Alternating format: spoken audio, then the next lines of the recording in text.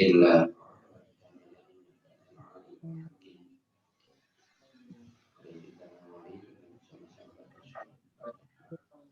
ila hadratin Nabi Mustafa.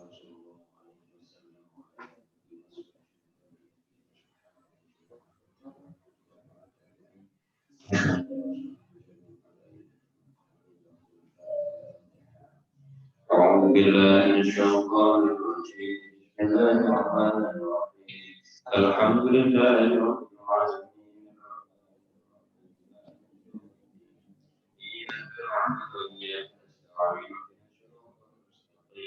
صراط الذين أنعمت عليهم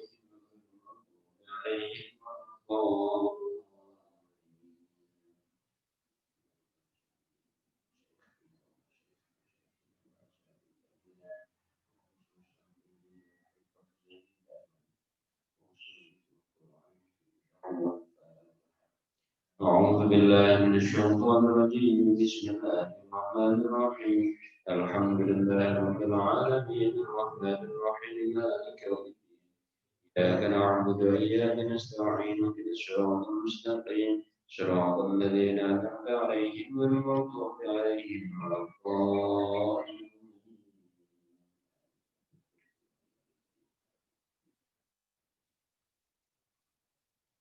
Bismillahirrahmanirrahim. Ayat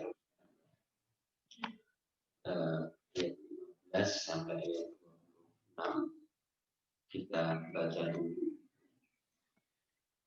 أعوذ بالله من الشيطان الرجيم بسم الله الرحمن الرحيم هل أتاك حديث موسى إذ ناداه ربه بالوادي المقدس طوى اذهب إلى فرعون إنه طغى فقل هل لك إلى أن تزكى وأهديك إلى ربك فتخشى فأراه الآية الكبرى فكذب وعصى ثم أدبر يسعى فحشر فنادى فقال أنا ربكم الأعلى فأخذه الله مكان الآخرة والأولى إن في ذلك لعبرة لمن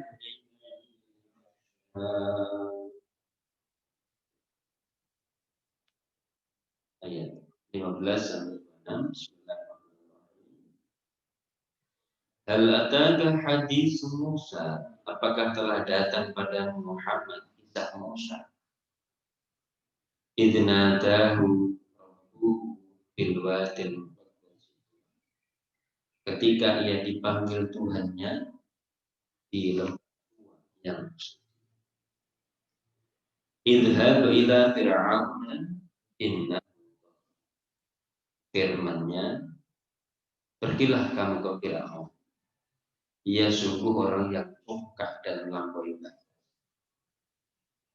Faqul hal laka ila an tazakka, dan berkatalah kepadanya, apakah engkau ingin mensucikan diri?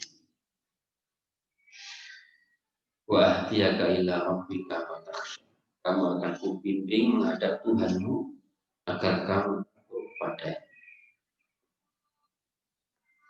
Farahul ayatul kubra, Musa lalu memperlihatkan kepada Firaun mukjizat yang besar.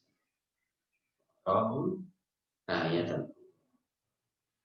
Fakadzdzaba wa 'asha, namun Firaun justru mendustakan dan menolak ajakan. Tsumma adbara, sambil berpaling ia menantang Musa. Wa hasyara fanada, ia mengumpulkan orang-orangnya dan mengumumkan, qala ana rabbukum, katanya, akulah Tuhanmu yang paling tinggi. Fa akhadallahu nakaral akhirati wal ula, akhirnya Allah menghukumnya. Inna fi dzalika la'ibratan sungguh dalam hal ini pelajaran bagi yang takut murka Tuhan. Ini penggal kisah Nabi Musa dan Fir'aun. Jadi setelah ayat ini bicara tentang kiamat, tentang bagaimana kondisi yang terjadi nanti setelah kiamat, orang-orang pada di sana tertunduk dan seterusnya. Ini kemudian seakan kita dibelokkan kepada satu kisah fenomenal, kisah perennial yang akan terus terkenang sepanjang masa, yaitu kisah tentang Musa dan Firaun. Kisah seorang manusia yang karena kekuasaan dan kekayaannya dia menjadi sangat sombong dan menganggap dirinya sebagai Tuhan. Ya, ini sudah sangat familiar kita dengar bagaimana kisah Firaun. Tapi ayat ini semakin mengokohkan bahwa ketika di sini ya, ini ada kata-kata Fakul halaka illa antasak. Apakah engkau ingin mensucikan diri? Dan tidak bertobat. Ini tawaran Musa kepada Firaun. Apakah kamu mau tak ajak untuk mensucikan diri menghadap Tuhan? Nanti akan ku bimbing, bahasanya begitu. Tetapi justru meskipun sudah diperlihatkan mukjizatnya yang besar, Nabi Firaun tetap tidak geming, bahasanya kan. Kita coba lihat penjelasan dari Prof. yang sudah mengumpulkan ayat 15 sampai 19. Kumpulan ayat ini memenggal kisah Musa sewaktu menghadapi Firaun. Menggal saja tidak dari awal. Tokoh sejarah yang paling sombong yang menganggap dirinya Tuhan yang pantas disembah. Disajikan kisah ini khusus kepada penduduk yang merasa dirinya mampu melawan kehendak Allah. Firaun sang meraja yang menguasai daerah subur dan luas, serta mempunyai kekayaan yang sangat besar, tidak mampu menghadapi kekuasaan Allah di kehidupan dunia. Apalagi daerah di mana semua manusia tidak mempunyai andalan, kecuali yang membawa hati yang terpimpin iman dan ketakwaan. Illa man atallaha qalbin. Kisah Musa sangat populer di lingkungan bangsa Arab, hanya saja tidak menyentuh kesadarannya dan tidak digunakan sebagai nasihat. Allah menanyakan, apakah kamu tahu kisah Musa yang terkenal itu? Hal-ataka hadis. Ini seakan-akan pertanyaan ini sebenarnya kamu sudah tahu, tapi kenapa tidak sadar? Suatu pertanyaan yang bernada cemoohan pada penduduk Mekah, terutama Nasrani Yahudi yang pura-pura tidak mengetahui kisah Musa. Ini konteksnya kan konteks ketika Rasulullah menyampaikan dakwah di Mekah dan di Madinah. Ketika Rasulullah menyampaikan dakwahnya di Mekah, beliau kan berhadapan dengan 3 kelompok masyarakat. Satu kelompok masyarakat yang menolak dari kalangan kaum kafir musyrik, jahat, dan seterusnya. Satu dari kelompok yang Nasrani, yang mereka adalah orang-orang yang sebenarnya terbimbing atau mereka orang-orang yang well informnya, pokoknya dia sudah mendapatkan informasi-informasi agama terdahulu dari agama mereka, termasuk akan kedatangan Rasulullah sebagai Nabi terakhir pun sudah diinformasikan mereka. Tetapi memang menolak karena dianggapnya Rasulullah bukan bagian dari kelompok mereka, bukan dari kalangan Bani Israel. Rasulullah dari kalangan Bani Hashim, suku Quraisy. Lalu yang kelompok yang ketiga adalah kelompok orang Islam, orang-orang yang jumlahnya sedikit, tapi mau mendengarkan ajakan Rasulullah. Jadi tiga kelompok. Rasulullah menghadapi tiga kelompok masyarakat Mekah. Nah, terhadap orang-orang Yahudi Nasrani yang pura-pura tidak mengetahui itu, ini seakan-akan disindir. Hal ataka hadis. Apakah kamu tidak tahu kisah? Bahasanya kalau memang bahasanya itu kadang menyentak kasar, bukan kasar, menyentak tajam gitu. Tapi kadang menyindir halus, kadang menyindir tajam, ya tergantung yang merasakan. Ayat-ayat selanjutnya menjelaskan cara Musa menghadapi seorang tirani yang angkuh dan sombong.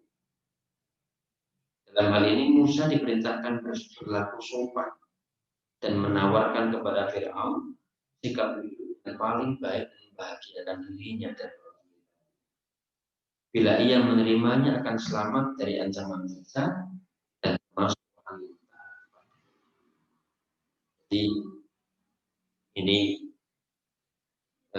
menginspirasi untuk menghadapi batu.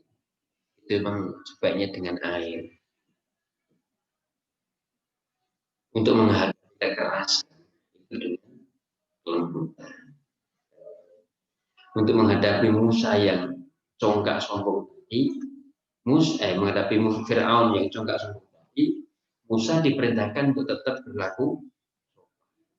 Nah, ini inspirasi sebenarnya bagaimana menghadapi satu kaum. Itu justru kadang harus berlaku sebaliknya.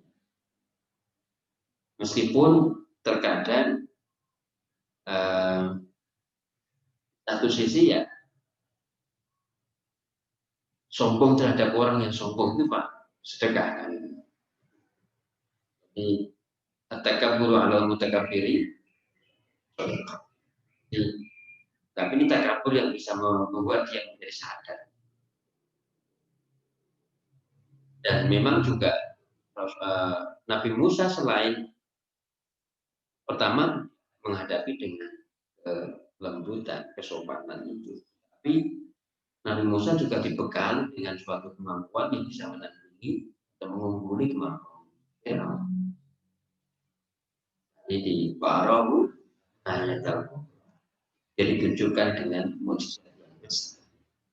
Jadi memang kelembutan, tapi bukan berarti dia tanpa kekuatan. Menghadapi satu kelompok orang yang dia itu mungkin tirani, itu strateginya strategi kelembutan, tapi bukan kelembutan tanpa kekuatan. Kelembutan yang di situ ada kekuatan yang lain. Kekuatan. Nah, ini inspirasi. Suatu petunjuk cara berdakwah yang mengandung kebijakan yang tinggi, yaitu tidak dengan tudingan atau cemoohan yang dapat menyinggung perasaan, tetapi dengan tawaran keselamatan yang menjadi kepentingan. Cara demikian membuat penerima dakwah merasa dihargai. Kata Musa kepada Fir'aun, apakah dia diajak menempuh jalan selamat dengan beriman? Ini memang penjelasan beliau ini sesuai betul dengan karakter. Ketika beliau menghadapi gelombang demonstrasi, baik ketika di UIN maupun di UI, bagaimana dalam gerakan mahasiswa waktu itu. Kalau sekarang kan mahasiswa tidak sekarang. Yang namanya mahasiswa itu sama rektor itu bisa menunjuk saudara rektor. Jadi tidak, ya gimana lagi yang alamnya begitu. Pak, saya itu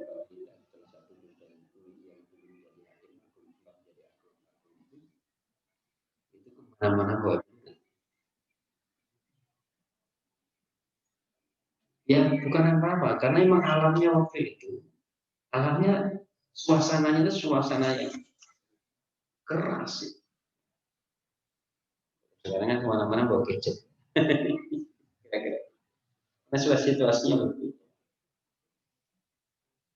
Beliau ini ketika menjelaskan ini saya kira memang sesuai dengan karakter beliau. Bagaimana menghadapi satu kekerasan jarang digambarkan dalam buku Deni dan Lancang Guru. Ada satu buku Deni dan Lancang Guru.